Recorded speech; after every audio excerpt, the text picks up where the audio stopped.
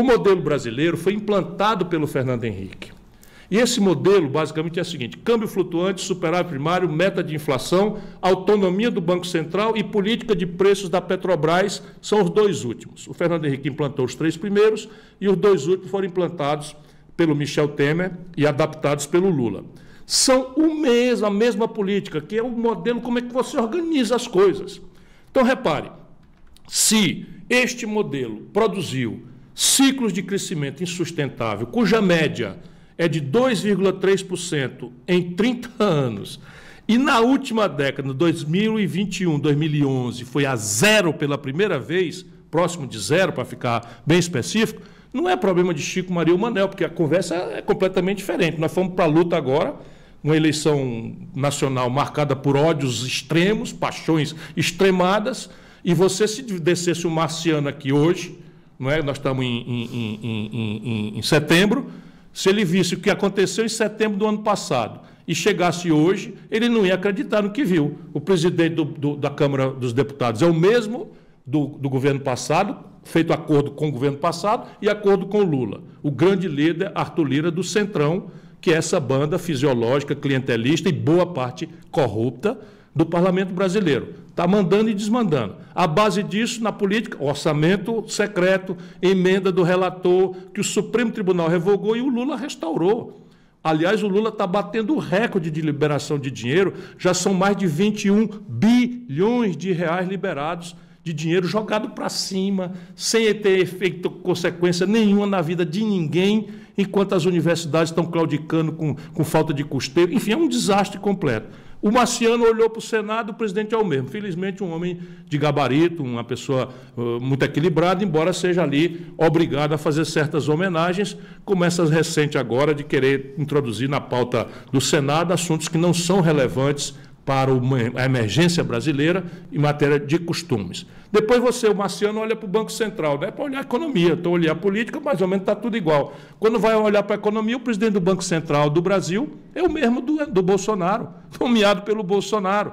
Aí a turma do PT, a turma de passar pano, mas não sei o que, Estatuto da Autonomia do Banco Central. A nossa newsletter mostra que, pelo artigo 5º, parágrafo 2º da Lei Complementar número 179, é responsabilidade do presidente da República demitir a diretoria do Banco Central se ela não cumprir, ou seja, essa autonomia é de Araque. Claro que tem que ter um ritual. Qual é o ritual? A newsletter esclareceu. Por esse artigo da lei, o Conselho Monetário Nacional provoca o presidente da República. Quem é o Conselho Monetário Nacional? 2 ministros da confiança do Lula, Simone Tebet e Haddad, e o presidente do Banco Central, que seria voto minoritário. Mas o problema é que a retórica do Lula, falando mal do Banco Central dele mesmo, não guarda a menor coerência, porque o Lula já nomeou 2 diretores.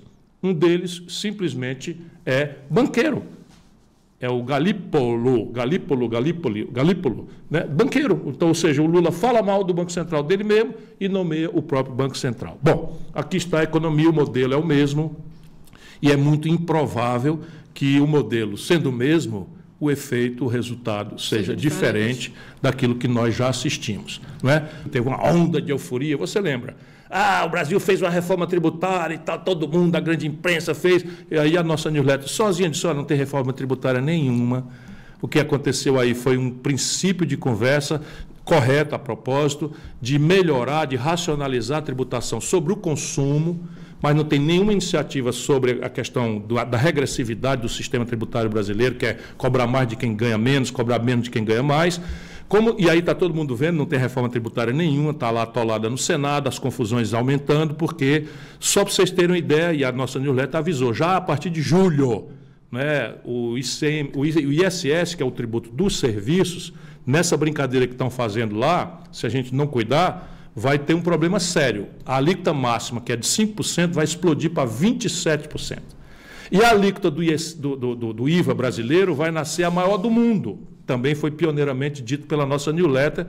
E aí, um mês depois, 2 meses depois, lá vem a turma, não é bem assim, tal, tal. A outra é o tal do teto de gastos do PT, que eles deram o nome de geringonça fiscal. Não, geringonça não, arcabouço fiscal. Veja bem, equilibrar as contas, isso é uma coisa da minha vida. Qualquer família ou nação que gasta indefinidamente mais do que recebe, mais do que ganha, e faz disso uma vida, uma prática eterna, vai para o endividamento, vai se ferrar. E o Brasil está literalmente ferrado, né? Embora aquela palavra que a gente costuma dizer no bar, aqui não deva se dizer, por respeito às crianças na sala, né? Mas o Brasil, né, vai nascer, se nascer, a pior alíquota do mundo. Por quê? Porque nós mentimos para o povo, eles mentiram, e eu dizia também, cansei de avisar que tinha sido feita uma reforma previdenciária e, na verdade, deixaram o PIS/COFINS agora fora, que é um elemento importante de financiamento da Previdência. Na hora que você vai fazer uma reforma tributária só do setor de consumo, o ICMS novo, o IVA novo no Brasil vai ter que nascer indenizando o PIS/COFINS. E aí já viu, né? Nasce com 27%, 28% e contando. O teto de gasto é equilíbrio ok. Só o que eles estão fazendo? A maior despesa brasileira esse ano, quase 700 bilhões de reais, fora do teto de gasto do Michel Temer, fora do teto de gasto do PT. O que está no gasto do controle de gasto do Michel Temer?